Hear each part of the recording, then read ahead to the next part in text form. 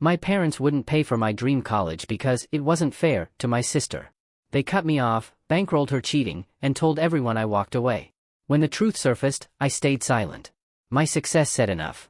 Can you imagine having your lifelong dream ripped away, not by some external force, but by the very people who were supposed to champion you? My acceptance letter to Columbia University wasn't a celebration, it was the ultimate betrayal, igniting a war that shattered my family and forced me to choose between my future and theirs. I never expected that acceptance letter to become the catalyst for losing my entire family. But standing in our kitchen that March afternoon, watching my mother's face twist into something unrecognizable as she read the admissions packet, I should have seen the warning signs. "This is wonderful news, sweetheart," my father said, his voice laced with that same forced enthusiasm he used to diffuse arguments between my younger sister, Brooke, and me. "Columbia is a tremendous achievement." Mom set the papers down on the granite countertop with deliberate precision. "We need to discuss the financial reality here." She folded her arms, her posture rigid. "Ivy League tuition isn't something we can simply absorb without consequences." I'd anticipated this. My parents ran a successful accounting firm in suburban New Jersey, comfortable, but not exactly wealthy. "I received a partial scholarship," I explained, pointing to the financial aid breakdown. "And I can take out loans for the rest. I've already researched work-study programs." But Mom's voice dropped into that particular register that meant a decision had already been made, without me. "That's not the issue. Your sister is starting college in 4 years. How do you think it will look if we fund an expensive private education for you, but then tell Brooke she has to settle for something lesser?" The question hung in the air like smoke, suffocating. Dad shifted uncomfortably, his silence more telling than any words. "Brooke doesn't even know what she wants to study yet," I said, trying to keep my voice level. "She's in 8th grade. This is about my future, about an opportunity one worked incredibly hard to earn." My mother's expression hardened.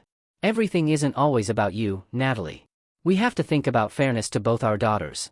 Brooke already feels like she lives in your shadow academically. Imagine how she'll feel watching you go off to an elite university while knowing we can't provide the same for her." "Then tell her to work harder," I shot back, instantly regretting the harshness. "I'm sorry, but I maintained a 4.0 GPA. I captained the debate team. I volunteered every weekend.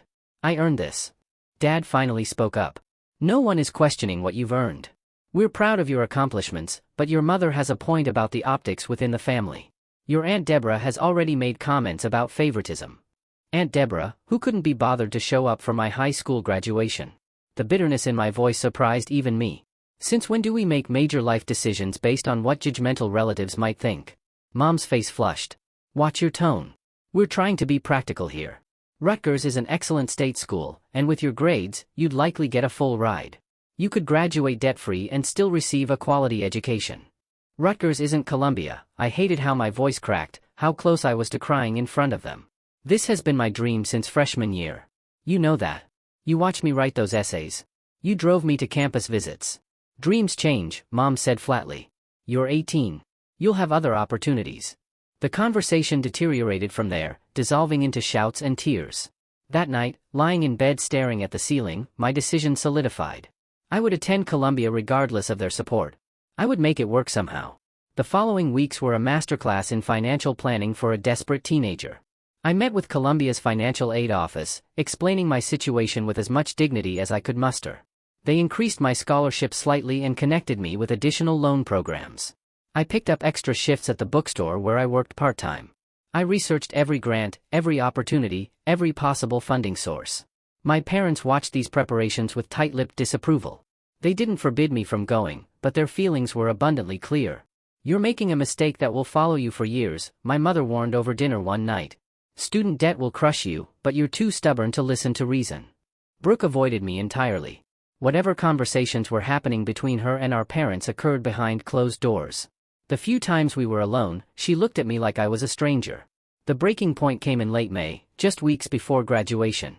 I came home to find both parents waiting in the living room, their expressions grim. "We've made a final decision," Dad said. "If you choose Columbia over Rutgers, we won't be contributing anything toward your education. Not tuition, not housing, nothing. You'll be completely on your own financially." My hands went numb. "You're cutting me off entirely?" "We're establishing boundaries," Mom corrected. "You're making an adult decision against our advice, so you can handle the adult consequences. The money we would have spent on Rutgers will go into a college fund for Brooke instead." That way, at least one of our daughters will graduate without being buried in debt. This is about punishing me for not obeying you, I said quietly, a cold fury rising.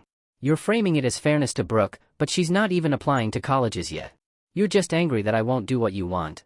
My father looked away. My mother's jaw tightened.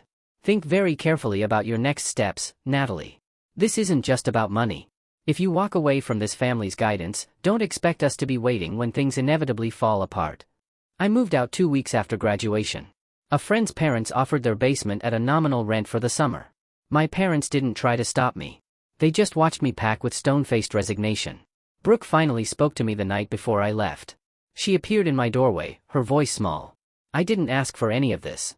I never wanted them to do this to you. I know, I sat on the edge of my bare mattress. This isn't your fault. They're using you as an excuse, but the decision is theirs. Are you ever coming back? She asked, tears rolling down her cheeks. After college, I mean? I couldn't answer honestly. I just hugged her.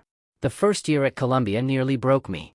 I worked 25 hours a week at 2 different jobs while carrying a full course load. Ramen and peanut butter sandwiches were staples.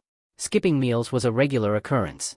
My roommate came from a world of wealth I couldn't comprehend, casually mentioning family vacations to Bali while I was calculating if I could afford laundry that week.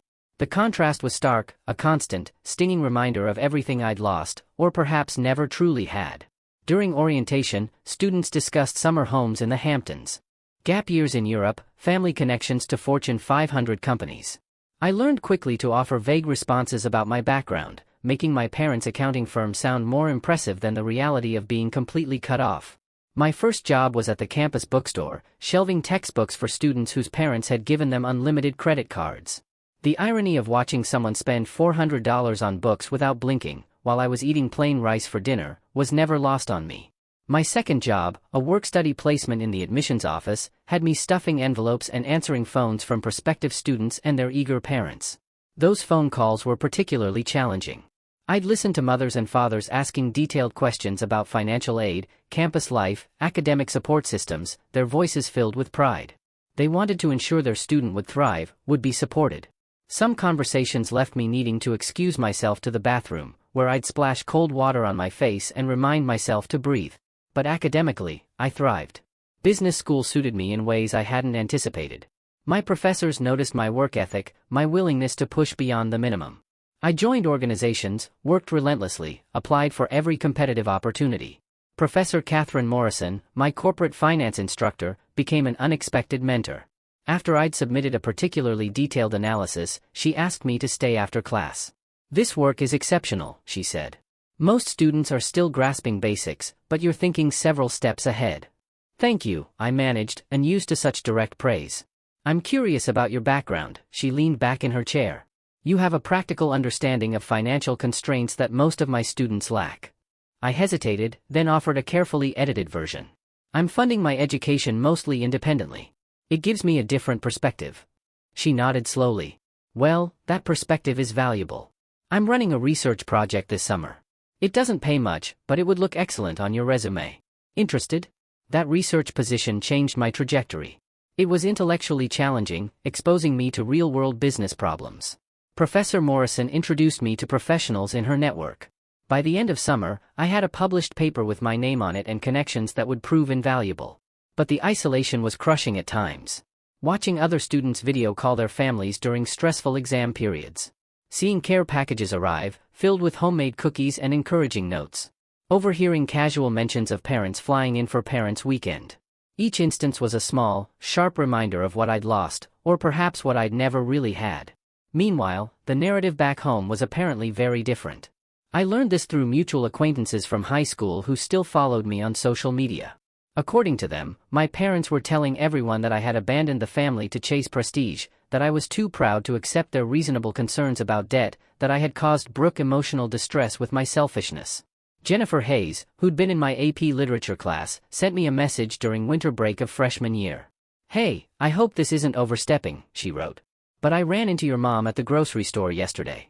She seemed really upset and mentioned you weren't coming home for the holidays. She made it sound like you'd cut them off completely. I just wanted to check that you're okay. I stared at the message for a long time. Thanks for checking in. The situation is complicated, but I'm doing well at school. Hope you're enjoying your break. Jennifer's response came quickly. I figured there was more to the story.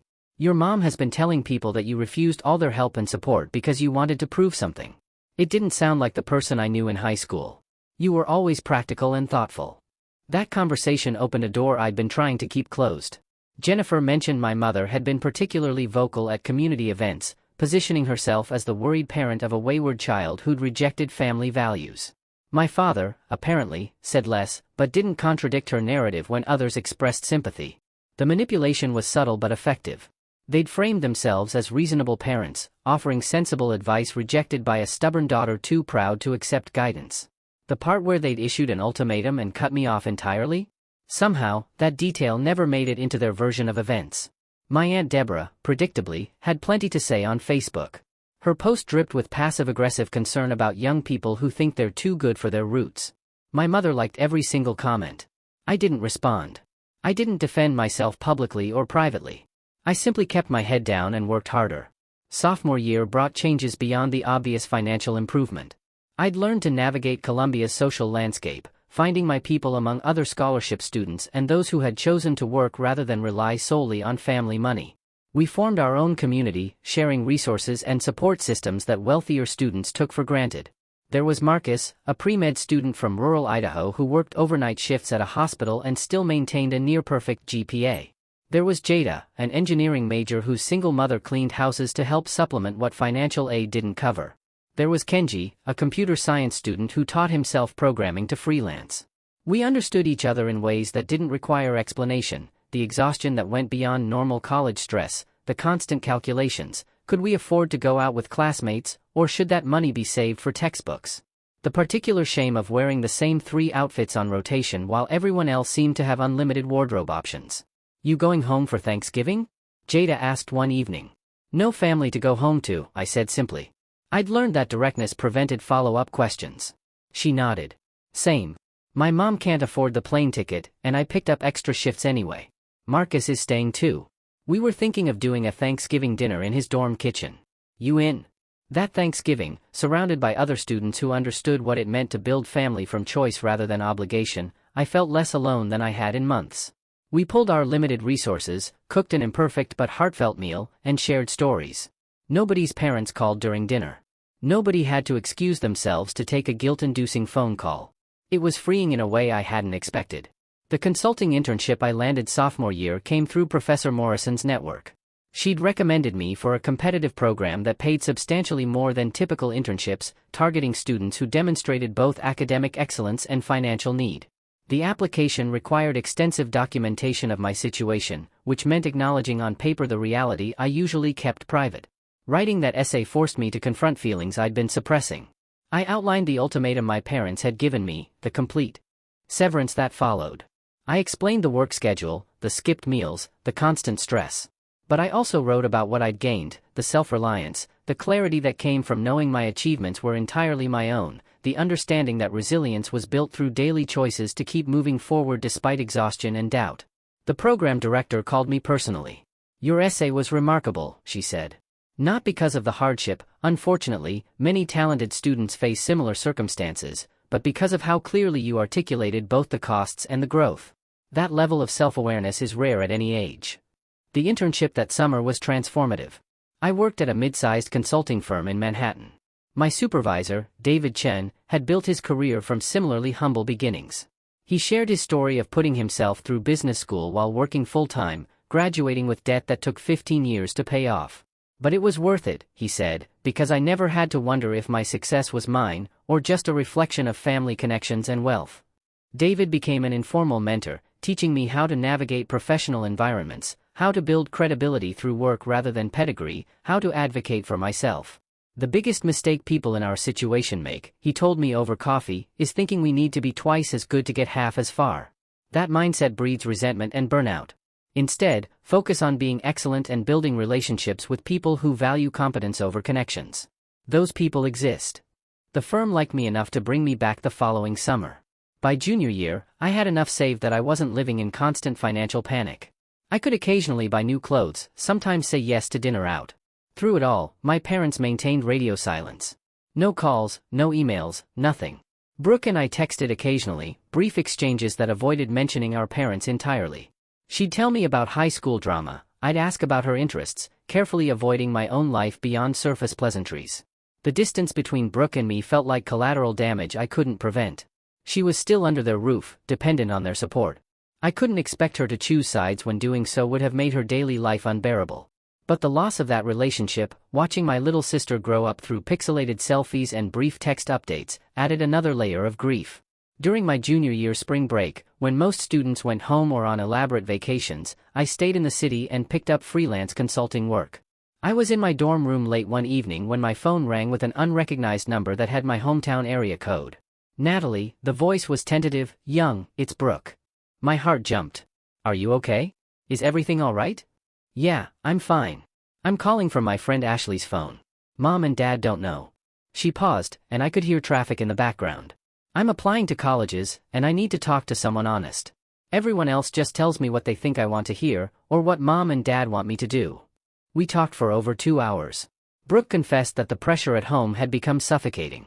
Every grade, every extracurricular, every decision was fraught with anxiety. Mom critiqued her college essays obsessively, rewriting passages until they no longer sounded like Brooke's voice. Dad questioned every school on her list, worried about rankings and prestige and what extended family would think. They keep saying they just want what's best for me, Brooke said, her voice cracking. But it feels like they want me to be perfect in ways that prove they were right about everything. Like if I succeed on their terms, it somehow justifies what happened with you.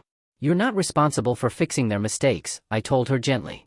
Whatever you choose, make sure it's actually your choice. Not what they want. Not what you think will make them happy or prove a point. What do you actually want? The question seemed to stump her. After a long silence, she admitted, I don't know anymore.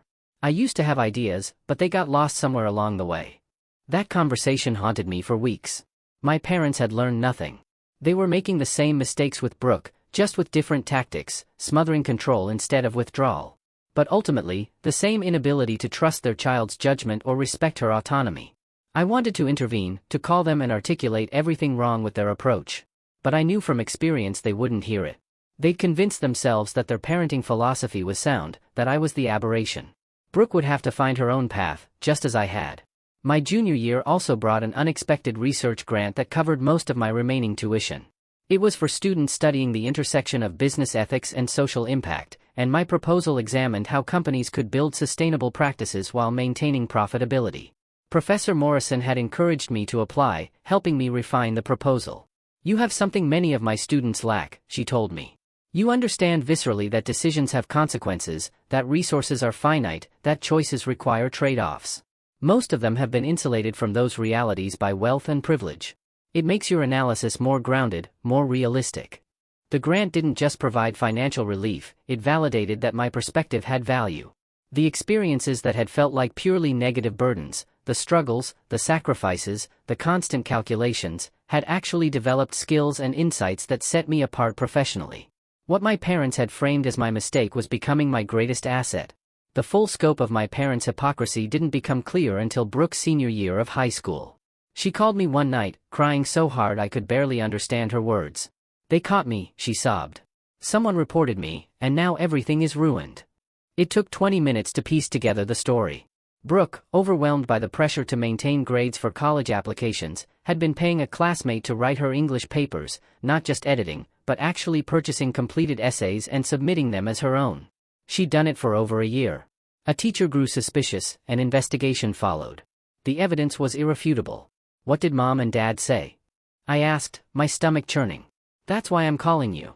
Her voice dropped to a whisper. They hired a lawyer. A really expensive one. He's arguing the school didn't follow proper procedures, that there's not enough proof. All this technical stuff. They're fighting the expulsion. I sat down heavily on my dorm bed. They're defending this, she cheated, Brooke. You cheated repeatedly. I know. Her anguish was palpable. I told them I deserved the consequences, that I wanted to own up to it. But they said colleges don't need to know if we handle this correctly. The lawyer thinks he can get it reduced to a suspension without it going on my permanent record. How much is this lawyer costing them? I asked, though I already suspected the answer.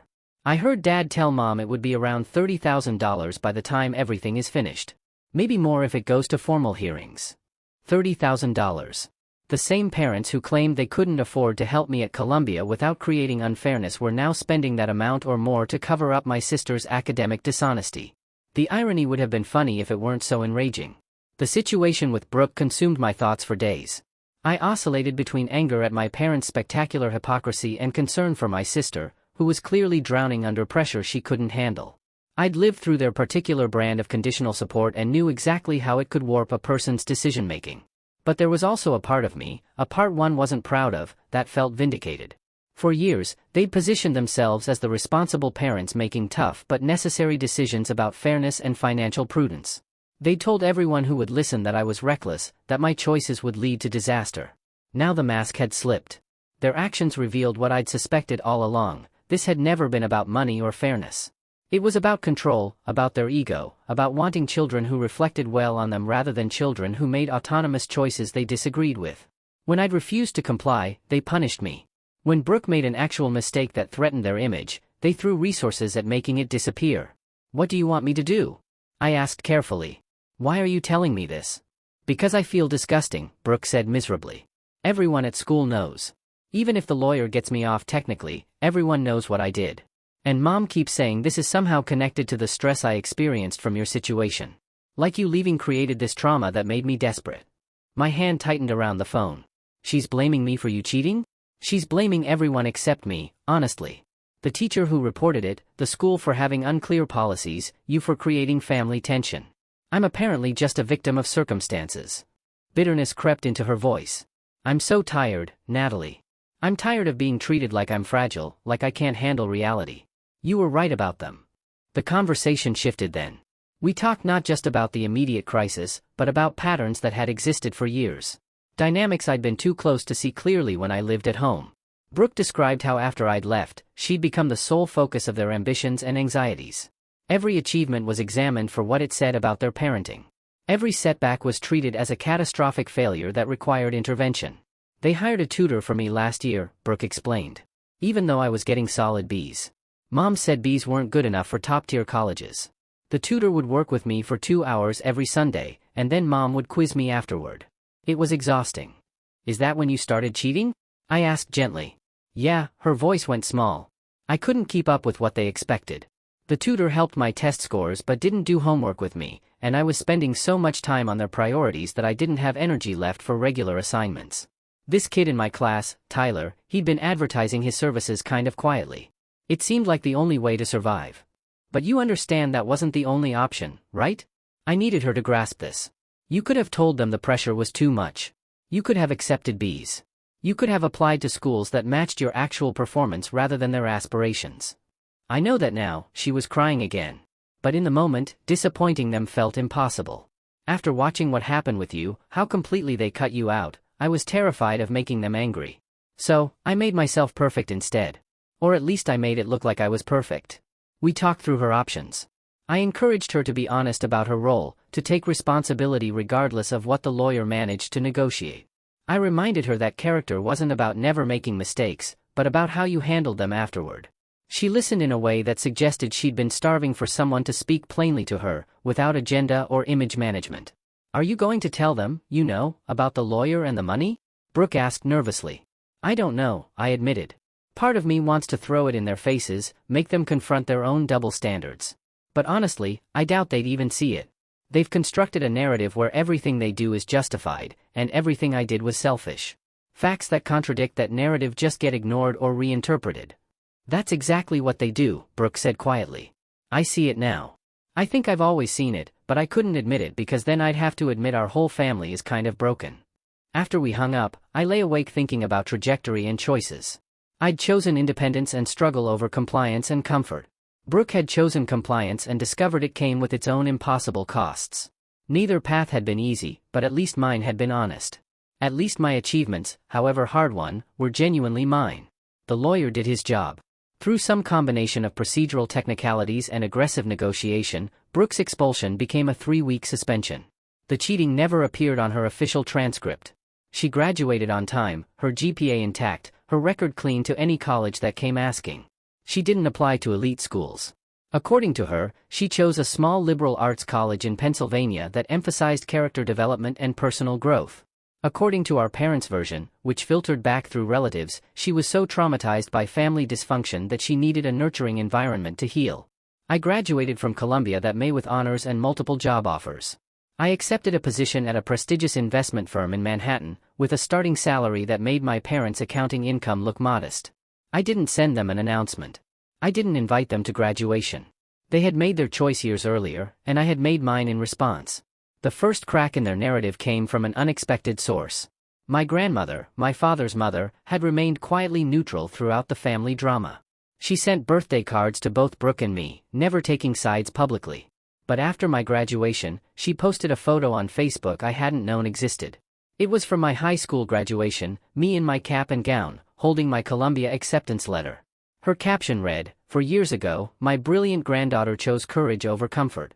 Today, she graduated from an Ivy League university debt-free through her own merit and determination. Some bridges are burned by the people too afraid to cross them. Proud doesn't begin to cover it." The post detonated like a bomb in our extended family social media circles.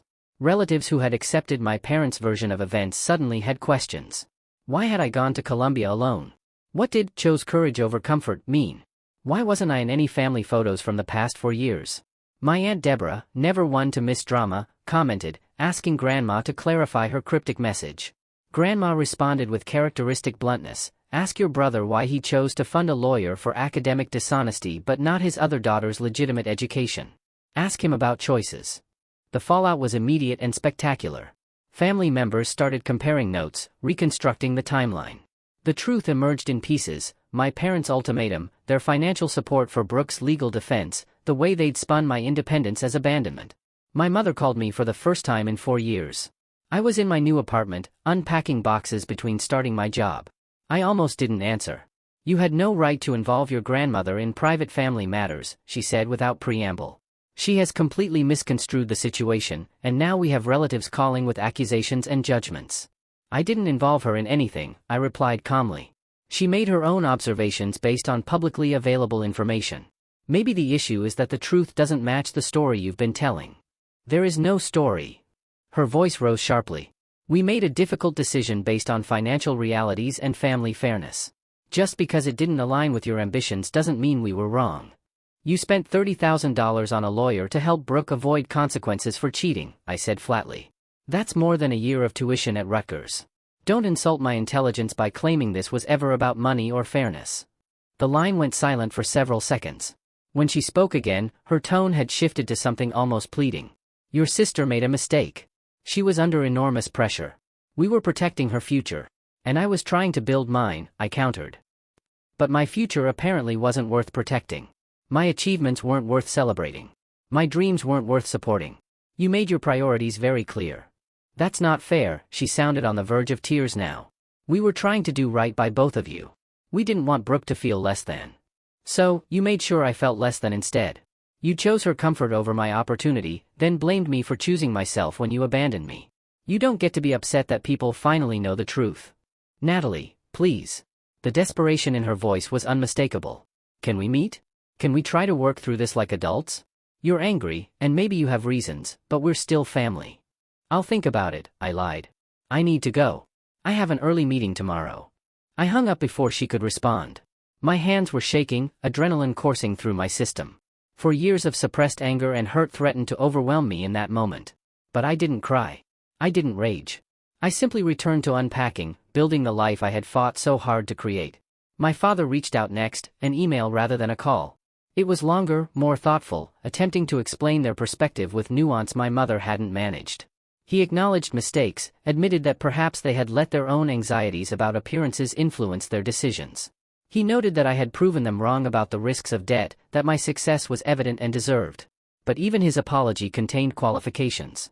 Phrases like, "We did what we thought was best at the time, and it's easy to judge in hindsight," peppered the text. He wanted reconciliation, but he also wanted understanding for choices he still fundamentally believed were reasonable. I didn't respond immediately. I sat with the email for days, rereading it periodically, trying to find genuine accountability beneath the self-justification. Meanwhile, the family drama continued to unfold at a distance. Brooke called to apologize for everything, crying through her confession that she had always known their treatment of me was wrong, but had been too scared to speak up. She was in therapy now, working through the guilt and the complicated dynamics of our upbringing. She wanted a relationship with me separate from our parents if I was willing. That conversation was different. Brooke owned her part without deflection, acknowledged how she had benefited from their favoritism, even when it made her uncomfortable. We talked about rebuilding trust slowly, carefully. By the end of summer, I had established firm boundaries. I responded to my father's email with a brief acknowledgement that I had received it, but wasn't ready for deeper conversation. I told both parents that I needed space and time, that any future relationship would have to be built on honest recognition of what had happened, not revised narratives that centered their intentions over impact. My success at work became its own statement. I received early promotions, recognition from senior partners, opportunities that validated every sacrifice I'd made. When business publications featured emerging talent in finance, my name appeared alongside people from far more privileged backgrounds. The girl who'd eaten ramen for months and worked retail between classes now sat in boardrooms advising major corporations. I didn't send clippings to my parents. I didn't post triumphantly on social media. I simply lived well, achieved goals, built a career that spoke for itself. Relatives occasionally tried to intervene, suggesting that life was too short for estrangement, that forgiveness was important. I listened politely and changed the subject. This wasn't about holding grudges or refusing forgiveness. This was about refusing to pretend that profound betrayal was simply a misunderstanding that everyone should move past for the sake of awkward holiday gatherings. The final twist came almost a year after graduation. Brooke forwarded me an email chain she had accidentally been included on between our parents and Aunt Deborah. In it, my mother complained bitterly about how my stubbornness had damaged the family's reputation, how I was punishing them for one decision they'd made years ago, how I was being vindictive by refusing to participate in family events. Aunt Deborah's response was unexpectedly sharp. She pointed out that they had made numerous decisions over several years, that cutting off financial support entirely went beyond setting boundaries, that financing legal defense of cheating while claiming poverty about legitimate education expenses revealed troubling priorities. My mother's reply devolved into defensive justifications, insisting that context mattered, that I had always been difficult and ungrateful, that Brooke was sensitive in ways I never was and needed more protection. Reading those emails crystallized something for me. They still didn't understand. They genuinely believed they were the wronged party. That my refusal to reconcile on their terms was the real injury here. So, I stopped waiting for the apology that would never come. I stopped hoping they would eventually recognize the full weight of what they'd done. I accepted that some relationships are irreconcilable, not because of lack of love, but because of fundamental incompatibility in values and accountability. I built my life without them. I mentored younger professionals who reminded me of my desperate 18-year-old self. I donated to scholarship funds for first-generation college students. I showed up for Brooke when she needed support navigating her own path, separate from parental expectations. And when people asked about my family, I told the truth simply: we're not close. They made choices I couldn't accept, and I made choices they couldn't support. Sometimes that's how it goes. The revenge wasn't dramatic. There was no public confrontation, no satisfying moment of vindication where they begged for forgiveness. The revenge was quieter and more complete. It was building the exact life they said would destroy me. It was succeeding without their approval or support. It was refusing to minimize my own worth to make them comfortable with their decisions. It was the fact that their narrative crumbled under the weight of objective reality.